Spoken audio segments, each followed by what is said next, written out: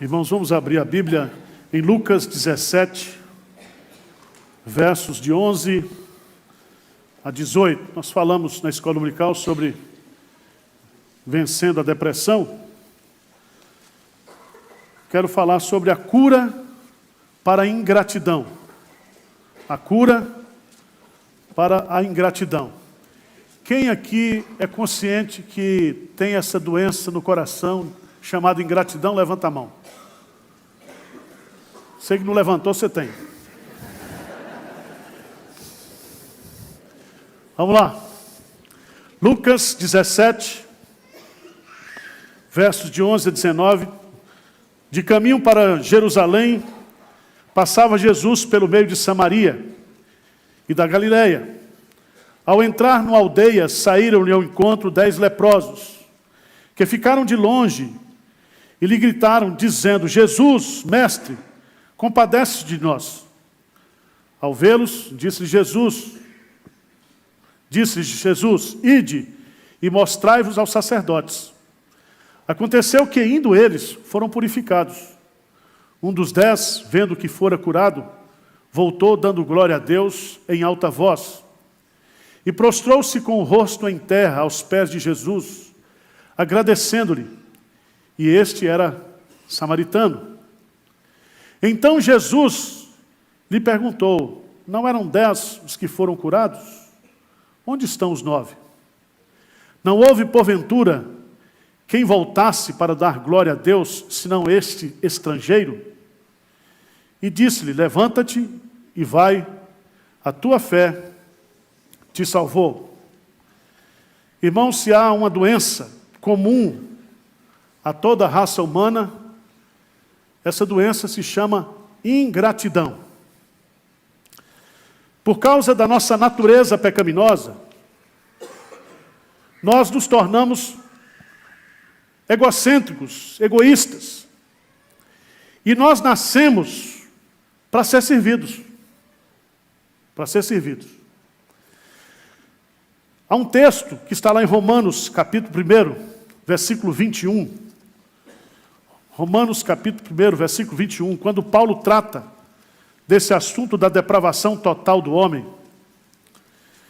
Romanos, capítulo 1, versículo 21. Se você achou, leia comigo, por favor. O que diz aí? Porquanto, tendo o conhecimento de Deus, não o glorificaram como Deus, nem lhe deram graças. Antes se tornaram nulos em seus próprios raciocínios, obscurecendo-lhes o coração insensato. O coração está escuro, o coração se torna insensato, o coração se torna mal agradecido ou ingrato. Ingrato. Infelizmente, irmãos, o pouco que nós realizamos, nós divulgamos muito. E o muito que nós recebemos, nós falamos o quê? Pouco. Há um ditado popular que diz que há 3 categorias de homens ingratos ou mal agradecidos: os que calam os favores recebidos, os que cobram os favores prestados e os que se vingam. Eu não sei se você já fez o bem a alguém e essa pessoa, ao invés de pagar o bem com o bem, pagou o mal. Gente que você ajudou, você abençoou, mas fala mal de você. Gente que você ajudou na vida e que hoje se tornou um crítico à sua pessoa. Quem aqui já viveu uma experiência de ingratidão? Levanta a mão. Ingratidão. Eu tenho muitas, mas não vou falar não. Esse texto aqui, Jesus está nos ensinando sobre gratidão. E está nos ensinando sobre gratidão com a sua pessoa. Com aquilo que Deus faz por nós, com aquilo que Deus nos dá diariamente. E aqui ele conta uma história muito interessante. Ele vai chegando em Samaria, passando pelo mar da Galileia, ou passando pela região da Galileia, chega a Samaria, e ali 10 leprosos que estavam ali afastados do convívio social, vendo os 10 gritaram a Jesus, pedindo que Jesus então os curasse. E Jesus deu uma ordem, como se a cura já estivesse no pacote, dizendo, vá lá e mostra o que aos sacerdotes. Os sacerdotes, eles eram uma espécie assim de Anvisa, eles faziam a fiscalização sanitária. E o sujeito, para voltar ao convívio social, teria que estar diante do sacerdote, para o sacerdote autorizar a sua reintegração social. Então, diz o texto, que eles indo durante o ato de obediência, diz o texto, que eles foram o quê? Curados. Foram curados. 10 foram curados, mas somente um veio para agradecer. O que esse texto nos ensina sobre gratidão e sobre ingratidão? Primeira verdade que esse texto nos ensina é que muitos são abençoados, mas poucos são o quê? Os agradecidos. Jesus usa aqui, não sei porque Lucas detalha o texto, mas ele fala de 10 que foram abençoados e somente o quê? 10% voltou para agradecer. Isso significa, de cada 10 bênçãos que Deus dá para você e para mim, eu só agradeço o quê? Uma. Porque Deus aqui coloca essa questão de números para mostrar para a gente que nós, muitas vezes, contamos aquilo que nós fazemos, mas não contamos aquilo que nós recebemos. Por isso que tem um hino que diz, contas muitas bênçãos, dize-as de uma vez e verás surpreso quanto Deus já fez.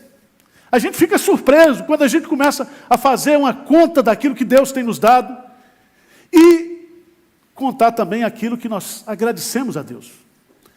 E agradecer é você reconhecer que aquela bênção, que aquela vitória, que aquilo veio especificamente de Deus para você, é você reconhecer o doador da bênção. E é tão interessante, irmãos, abra sua Bíblia lá no Salmo 116, Salmo 116, Davi tinha muitos defeitos, mas Davi, ele sempre se lembrava de agradecer a Deus. Salmo 116, ele é chamado de um salmo de ações de graça. E ele começa o salmo dizendo, amo o Senhor, porque Ele ouve a minha voz e as minhas súplicas, porque inclinou para mim os seus ouvidos. Invocá-lo-ei enquanto eu viver. Laços de morte me cercaram e angústias do inferno se apoderaram de mim. Caí em tribulação e tristeza. Então, invoquei o nome do Senhor. Ó Senhor, livra-me a alma. Compassivo e justo é o Senhor. O nosso Deus é misericordioso. E aí ele vai mostrar que o Senhor, no versículo 8, o livrou da morte, das lágrimas e a queda dos pés. E aí no versículo 12, ele vai fazer uma pergunta que eu quero fazer para você aí. O que ele diz aí? Que darei por todos, que darei ao Senhor por todos os seus benefícios para comigo. Como é que eu posso pagar a Deus? Como é que eu posso retribuir para Deus aquilo que Ele tem feito por mim? Gratidão a Deus. E a gratidão é a resposta para isso aqui. A gratidão é você reconhecer que aquilo que você tem, que aquilo que você é, veio de Deus. Veio de Deus. A Bíblia é sábia demais, irmãos. A palavra de Deus é a encarnação da sabedoria divina. Lá no capítulo 8 de Deuteronômio, abre lá, por favor. Deuteronômio, capítulo 8. Tem muita gente hoje que é médico, tem muita gente hoje que é casado, que é juiz de direito, que é procurador, que se deu bem na vida profissional, que é um tudo. E que não tem gratidão a Deus. Acha que foi sua inteligência. E eu tenho medo quando o sujeito se acha muito inteligente. Não sei, porque eu sempre fui na sala de aula do mediano para baixo, e é um mecanismo de defesa do eu, né? Mas eu queria que você abrisse aí Deuteronômio capítulo 8, exortação a ter em memória os benefícios do Senhor. Deus conduziu o povo do deserto, veja lá no versículo 4, nunca envelheceu a tua veste sobre ti, nem se inchou os teus pés 40 anos. Presta atenção, andar no deserto é para encher o pé todo dia, porque de dia é quente e de noite é gelado. Não tem estrutura de pé que aguentaria isso. E ele diz, eu fiz isso durante 40 anos. 40 anos. Sustentei vocês durante 40 anos. Aí veja no versículo 11. Guarda-te, não te esqueças do Senhor teu Deus, não cumprindo os seus mandamentos, os seus juízos, os seus estatutos, que hoje o quê? Te ordeno. Aí ele vai colocar aqui, no versículo 12, para não suceder que depois de teres comido e estiveres farto, depois de haveres edificado boas casas e morado nelas, depois de se multiplicarem os teus gados, os teus rebanhos, e se aumentarem a tua prata e o teu ouro, e ser abundante tudo quanto tens, se eleve, lê junto comigo 14:15, o que é que diz?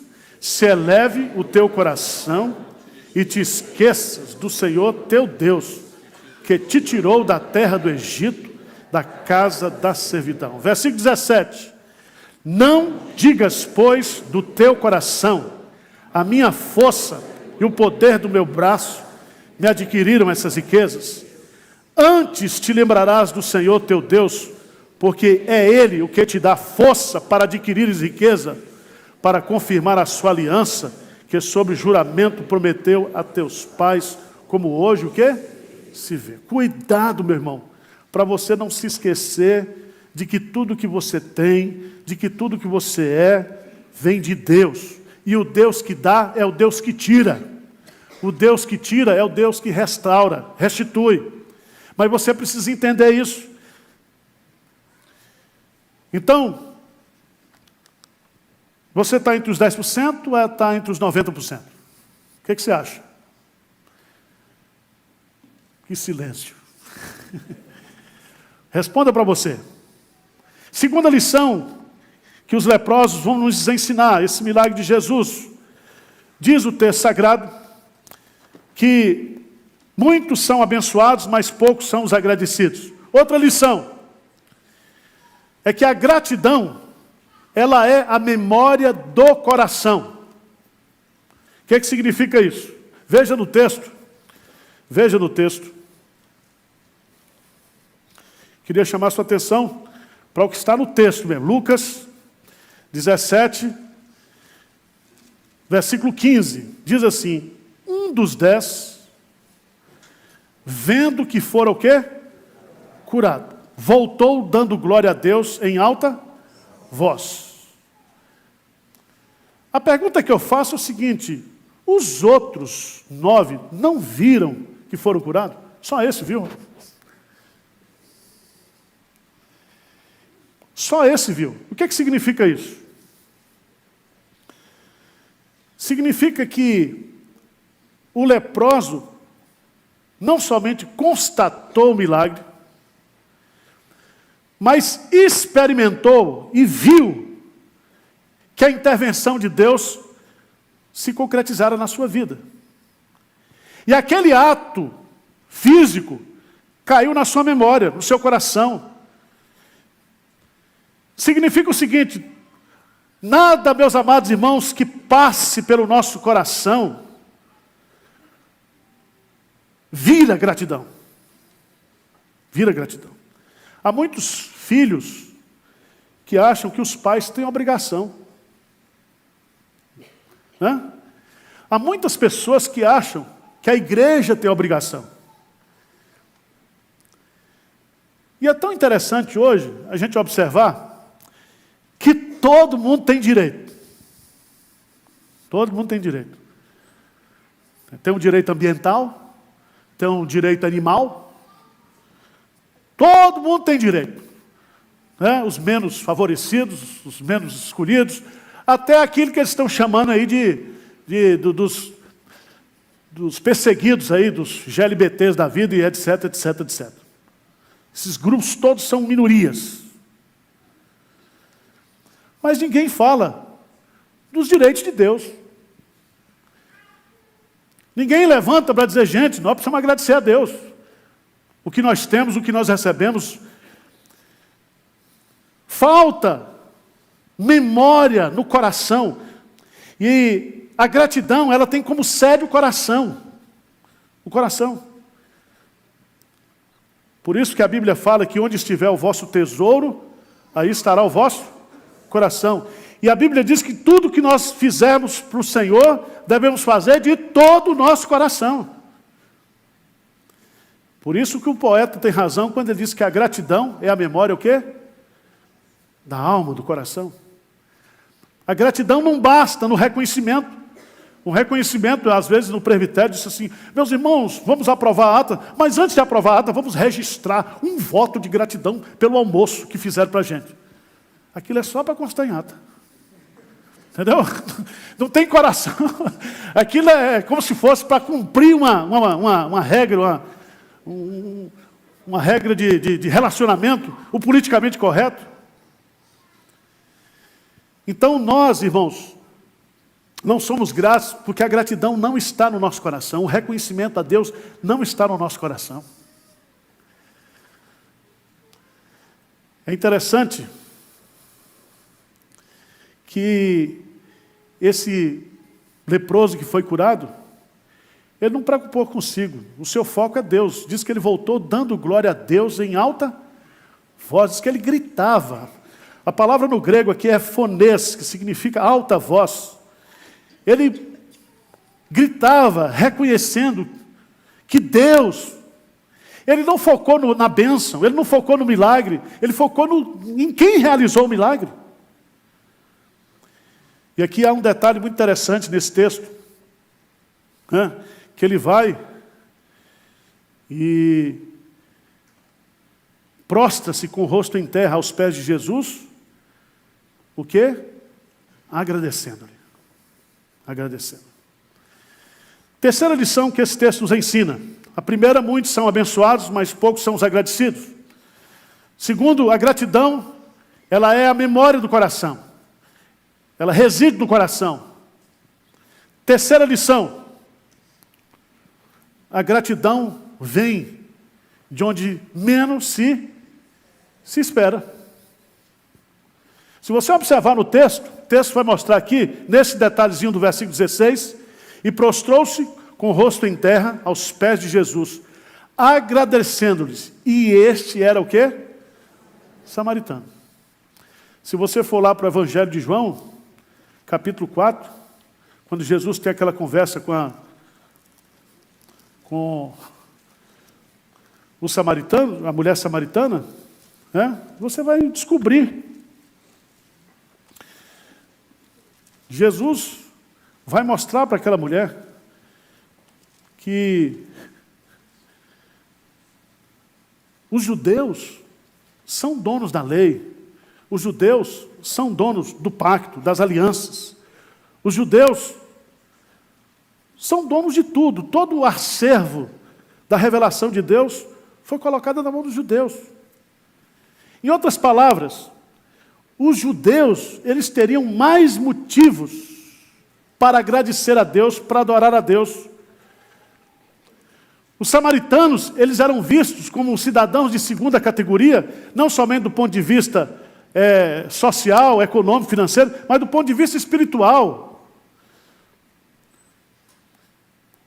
O judeu se achava superior religiosamente aos samaritanos.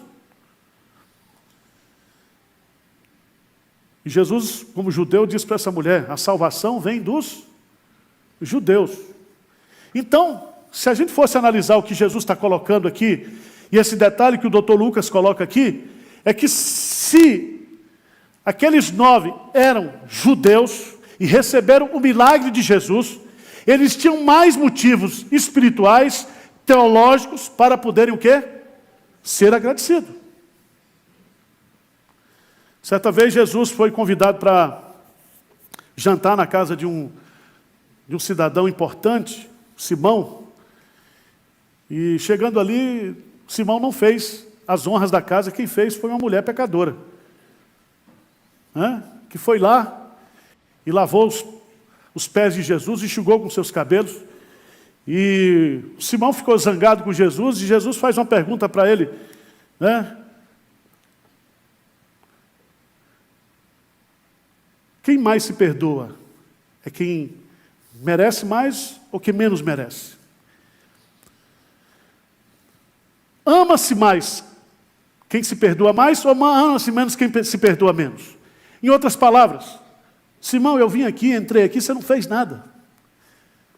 Essa mulher, que não vale nada, que não presta, fez tudo o que você deveria o quê? Fazer. Irmãos, quando nós deixamos de agradecer a Deus, principalmente nós crentes que sabemos de tudo, que conhecemos tudo, do ponto de vista espiritual, do ponto de vista teológico, é interessante, parece que quanto mais crente velho a gente vai ficando, mais ingrato a gente vai se tornando. Parece que a intimidade com Deus prejudica esse sentimento de gratidão, de reconhecimento. Terceira lição que esse texto nos ensina, terceira não, quarta lição, é que Deus, Ele se preocupa em avaliar essa atitude nossa de gratidão e de ingratidão.